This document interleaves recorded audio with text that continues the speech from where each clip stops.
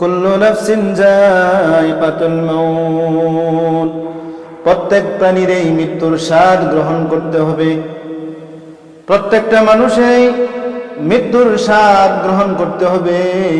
কবি বলেন মৌতু কাসিন কুল্লু নাসিন শারিবুন কবরু বাইতিন কুল্লু নাসিন দাখিলুন।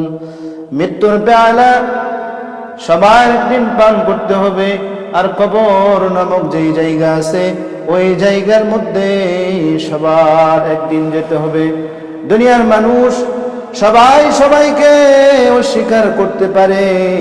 বাবা তার সন্তানকে অস্বীকার করতে পারে, মা তার মেয়েকে অস্বীকার করতে পারে, কিন্তু মওতকে কেউ অস্বীকার করতে পারে না।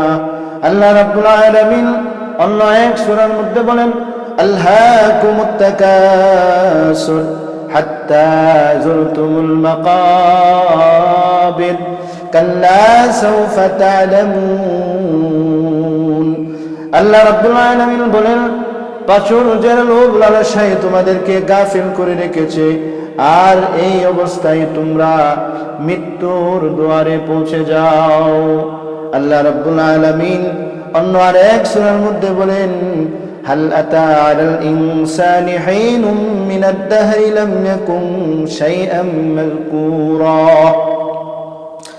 আল্লাহ রাব্বুল আলামিন বলে, হে দুনিয়ার মানুষ, আমি তোমাদেরকে এমন অবস্থায় সৃষ্টি করেছিলাম যখন তোমরা কোনো কিছুই ছিলে না। হাল আতা আলাল ইনসানু হিনুম মিনাদ দাহরি লাম ইয়াকুন শাইআম মাযকুরা।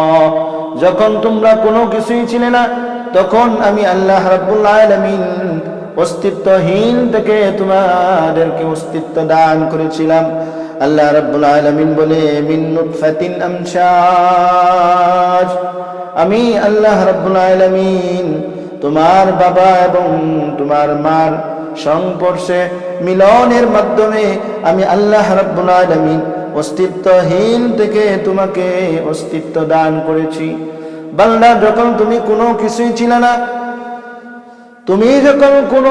ছিলে না, তখন আমি আল্লাহ রাব্বুল আলামিন ওই জায়গা থেকে আমি তোমাকে অস্তিত্ব দান করেছিলাম।